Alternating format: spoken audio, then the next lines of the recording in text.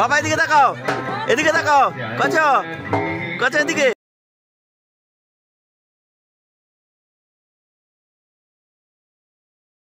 Good morning. আজ সকাল সকাল এসেছি বাজার করতে, কিন্তু সবজি বাজার তো লাগবে, অনেক কিছুই লাগবে। তো সেই জন্য আজকে আমাদের বাজার পাতে সকাল সকাল এসেছি, অনেক কম টাকায় ভালো ভালো জিনিস পাওয়া যায়, সেই জন্য আনতে। এই যে অনেক কিছু কেনা হয়েছে, কিছু জিনিস বাকি আছে, তো সেই জন্য ওয়েট করছি এখানে। আর এই যে এখানে বেগুন সব ফ্রেশ জিনিস নিয়ে বসছে আজকে আমাদের বাজারে। এখানে আজকে হাটবার হওয়ার জন্য সব কিছু ফ্রেশ পাওয়া যাচ্ছে, বুঝলেন না? তো সেগুলো আনতেই এসছি। আরও কিছু জিনিস বাকি আছে নেওয়া, সেগুলো নিলে তারপর চলে যাবো। ওই যেটা রিক্সার জন্য ওয়েট করছিলাম, রিক্সাটা এসছে ওইখানে। পটল আর বেগুন নিতে বাকি আছে। আর আজকে কার্তিক পুজোর জন্য কি জিনিসপত্রের দাম বাপরে! এই ছোটো ছোটো কুঁদরি 40 টাকা করে, বেগুন 60 টাকা করে, টমেটো 60 টাকা করে, সব মানে প্রচুর দাম। আর আমাদের গ্রামে এই কার্তিক পুজো বসানোর চলটা প্রচুর, তো সেই জন্য এক্সেসিভ দাম সব কিছু। তো ঘুরে ঘুরে বাজার করছি, সকাল 5টা থেকে এসছি, এখন বাজে 7:30। বুঝতেই পারছেন কতক্ষণ ঘুরে ঘুরে বাজার করতে হচ্ছে। অনেক দোকান বসে গেছে, এগুলো সব আমাদের হাটের দোকান সব। এগুলো বিকেলে এইসব জিনিসপত্রগুলো আরও 10 টাকা 15 টাকা করে কিলোতে বাড়া করে বেচবে, তো সেই জন্য এসেছি যাতে কমে পাওয়া যায়। বাজার করা তো মোটামুটি শেষ, এবার শুধু শশা কিনতে বাকি আছে। এই যে এইখানে এসেছি ফল দোকানটায়, পুরো কলার বিভিন্ন ধরনের কলার পসরা সাজিয়ে বসছে। এর কাছে শশাও আছে। তো শশার যা দাম বলছে আজকে, বাপ রে বাপ! এইটুকুটুকু শশাগুলো, এই যে ওইখানে দেখুন পলিথিনের ভিতরে রাখা আছে, শশাগুলোর দাম বলছে 80 টাকা করে কিলো। যাই হোক, আমার তো 4-5 কিলো লাগবে, এগুলো নিয়েই যেতে হবে। আচ্ছা, এটা কেনা শেষ। এবার এসেছি ফুল দোকানে, ফুলও লাগবে অনেকগুলো। ওই গাঁদা ফুলের মালা লাগবে প্রায় 20টার মতো, তারপরে কুচনো ফুল, এই যে রজনীগন্ধার মালা, সব কিছুই লাগবে। বলেছি দাদাকে, দাদা প্যাকিং করছে। ফুল নিয়ে যাব। আজকে পুজো হবে, কালকে একটা পুজো হবে, আজকে কার্তিক পুজো আর তুলসী মঞ্চ প্রতিষ্ঠা দুটোই হবে। আচ্ছা, সকালের সমস্ত রান্নার কাজকর্ম আরম্ভ হয়ে গেছে। এই যে চলছে, এখানে যিনি রান্না করবেন সে পৌঁছে গেছে, আর আমার ঘরে ম্যানেজার পৌঁছে গেছে। এখানে সব কিছু দেখছে দাঁড়িয়ে দাঁড়িয়ে, ঠিকঠাক কাজবাজ হচ্ছে নাকি নাকি? হ্যাঁ, আচ্ছা আচ্ছা। তুমি কি কি বললে বলে দাও তো একবার। আলু, আচ্ছা। আর কাকে কি করতে হবে একবার বলে দাও। কে কি করবে বলে দাও, বলে দাও। টমেটো কই? আচ্ছা আচ্ছা, টমেটো বাবা, টমেটো। হ্যাঁ, টমেটো। আর এটা কি, এটা কি, এটা কি? আলু। আচ্ছা, এটা হ্যাঁ, চিনি খাবে না সকালবেলা, খালি পেটে চিনি খেতে হবে। আর সেটা কি, সেখানে কাটছে যেটা, দিদুন যেটা কাটছে, সেটা কি, হ্যাঁ, গুড বয়। হ্যাঁ, ও চিনি না রে, এই চিনি দেখেছে না, চিনি খেতে হবে না, তুমি চলো। এই তো সব জানে, আমার বাবাটা সব জানে, সব কোনটা কি। হ্যাঁ, আচ্ছা, না বাবা, চিনি খাবি না, চিনি খাওয়া যাবে না, চিনি খাবে। আয় মামা ডাকছে, আয় বাবা।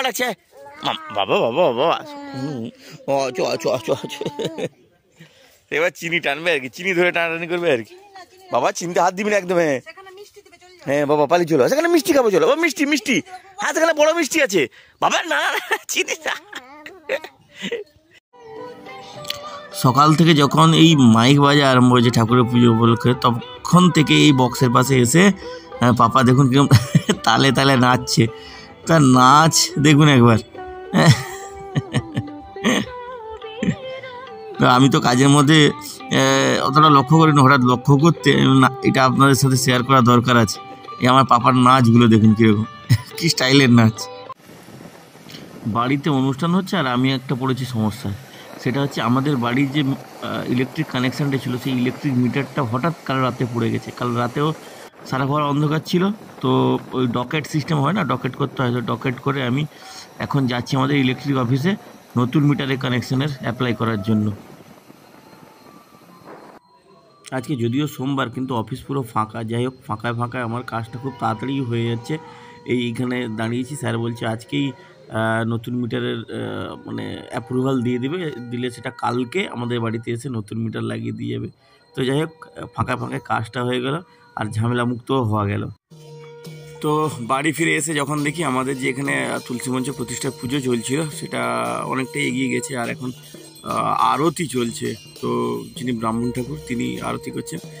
আর এই পুজোতে আমাদের বাড়িতে এই যে দুধের অনুষ্ঠান হবে, আজকে তার প্রথম দিন, তার প্রথম দিন থেকে মজা লুটছে মনে হয় আমার পাপা। যখনই এই এখন ধরুন এই কীর্তনিয়ার খোল ফোল বাজছে, যখন এই খোল বা সেখানে মাইক ফাইক বাজছে, শুধু নেচেই চলেছে। আরও একদিন মানে কালকের প্রোগ্রাম তো আছে, সে কী যে করবে বুঝে উঠতে পারছি না। এই দেখুন আমাদের ঠাকুরকে এইসব পক্কান্ন এগুলো নিবেদন করা হয়েছে।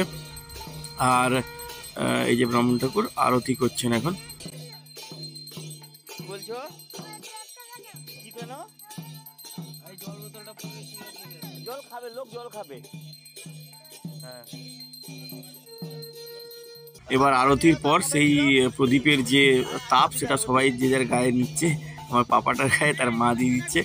আর আমাকে মা বললো রুমিকে এবং পাপাকে কোলে নিয়ে এখন এই নতুন যে তুলসী মঞ্চ হয়েছে তার চতুর্দিকে 3 বার পরিক্রমা করতে। তো এখন পাপাকে নিব, দিয়ে তার চতুর্দিকে 3 বার পরিক্রমা দেব আমরা। দেখুন চুপচাপ আছে, যেই আবার আওয়াজ পাচ্ছে দেখুন তার নাচ শুরু হয়ে গেছে। ও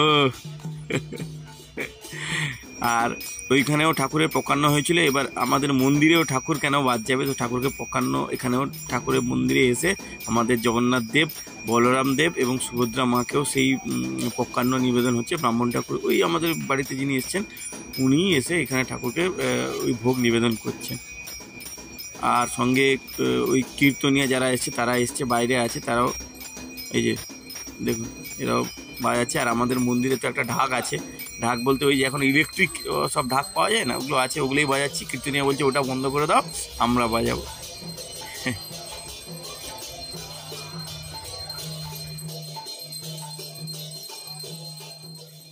তো বিকেলে কার্তিক ঠাকুরের মূর্তি এলো, বানাতে অর্ডার দেওয়া ছিল, তো এই বিকেলবেলা নিয়ে এলো। তো এই ঠাকুর এখন নিয়ে যাবে প্যান্ডেলের ভেতরে আর কি।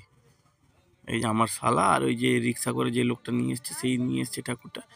তো এটা এবার প্যান্ডেলের ভিতর থাকবে। আর এই হচ্ছে আমাদের বাড়ির কার্তিক ঠাকুরের মূর্তি।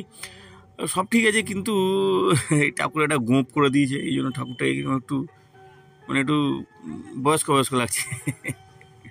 গোঁপটা না থাকলেই ভালো হতো। আমাদের আগের যে কার্তিক মূর্তিটা ছিল সেই ঠাকুরের মুখটা খুব মিষ্টি ছিল। যাই হোক, ঠাকুরের আর ভালো খারাপ কিছু নেই, বা ছোট বা বড় সেরকম কিছুই নেই, ঠাকুর সবই সমান। সন্ধ্যের দিকে কার্তিক পুজো শুরু হয়েছে। আর সকালবেলা তুলসী মঞ্চ প্রতিষ্ঠার সময় আমি সংকল্প হয়েছিলাম, আর এই রাত্রিবেলা কার্তিক পুজোতে রুমি সংকল্প হয়েছে। তাই রুমি এখন ঠাকুরের কাছে সারা রাত ধরে বসতে হবে যতক্ষণ না পুজো শেষ হচ্ছে। এই পুজোটা হচ্ছে আমাদের লাস্ট কার্তিক পুজো। আর নিয়ম থাকে কি, 1 বছর খুব ধুমধাম করে 4 প্রহরের পুজো করতে হয়। 4 প্রহর মানে সারা রাত ধরে এই পুজো চলবে। তো সেই জন্য রুমি এই রাত্রের পুজোয় সংকল্প হয়েছে। আর পাপাকে ব্রাহ্মণ ঠাকুর বললেন পাপা আর তার মাকে এক জায়গায় বসতে, ওই ঠাকুরের পুজো যা রীতিনীতি থাকে সেই সবই হচ্ছে এখন আর কি।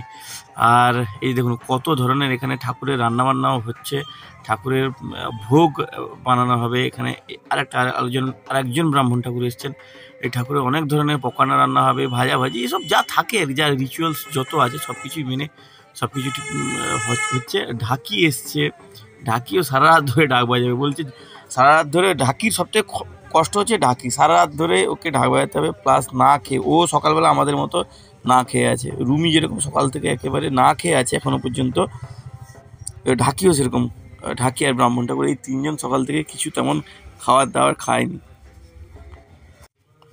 আর রাতের বেলাও প্রায় 100 জনের মতো খাবে। 100 জন বলতে আমাদের পাড়ার সবাই, আমাদের বাড়ির সবাই এবং আমাদের আত্মীয়রা সবাই খাবে। তো রাত্রিবেলা পুজোর দিন হচ্ছে লুচি, গরম গরম লুচি, এখানে হবে চানা তরকারি, চানা, আর একটা হচ্ছে আলু পটলের তরকারি। এই দিয়ে রাত্রিবেলা আজকে মেনু। আর সঙ্গে মিষ্টিতে থাকবে। এই দেখুন গরম গরম লুচি ভাজা চলছে। আর আমার তো লোভ সামলায়নি, আমি 2-3টা খেয়েও নিয়েছি এখান থেকে। আর এই যে দেখুন আলু পটলের তরকারি এটা অলরেডি হয়ে গেছে, চানার তরকারিটা জাস্ট হলো, আর এই গরম গরম লুচি। এই সহযোগে সবাই আজ রাতে ডিনার করবে। বাড়িতে অনুষ্ঠান হলে যা হয় সবাই একসাথে হয়, কথাবার্তা হাসি মজা সব ঠিক চলছে এসব এখানে। আর এই যে সবাই একসাথে বসছে, হাসি ঠাট্টা গল্প চলছে। আর এদিকে আমাদের বাড়ির যে ধরুন আমার ভাগ্নি, আমার শ্যালক, তারপরে আমার কাকুর মেয়ে, এরা সব এখানে আতশবাজি জ্বালাতে ব্যস্ত। কয়েকটা আতশবাজি এনেছিলাম, সেগুলো রাত্রিবেলা মানে সারা রাত ধরে পুজো হবে, তো আতশবাজি না থাকলে হয়, তো সেই জন্য কয়েকটা এনেছিলাম। তো ওরা ওগুলোই জ্বালাচ্ছে আর কি। তো এরা বেশ মজা করছে, আর আমি ভিডিও করছি, আমার একটাই কাজ।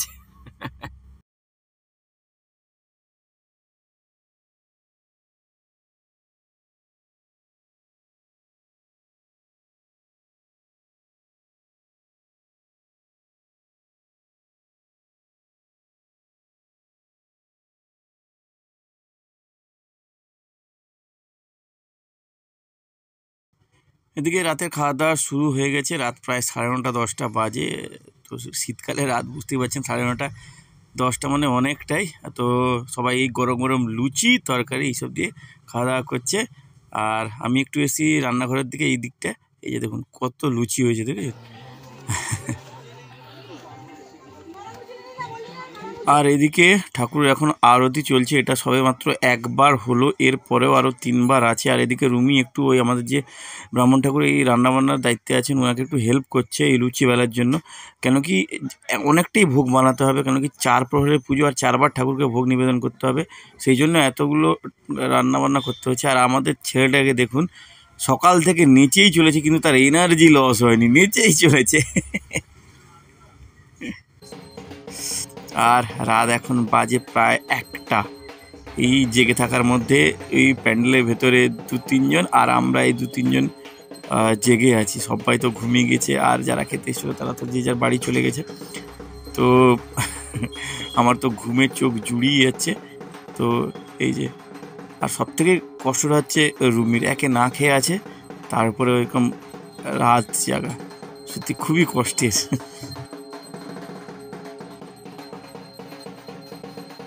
ভোর এখন 5টা বাজে। এই 10-15 মিনিট আগে আমাদের পুজো শেষ হয়েছে।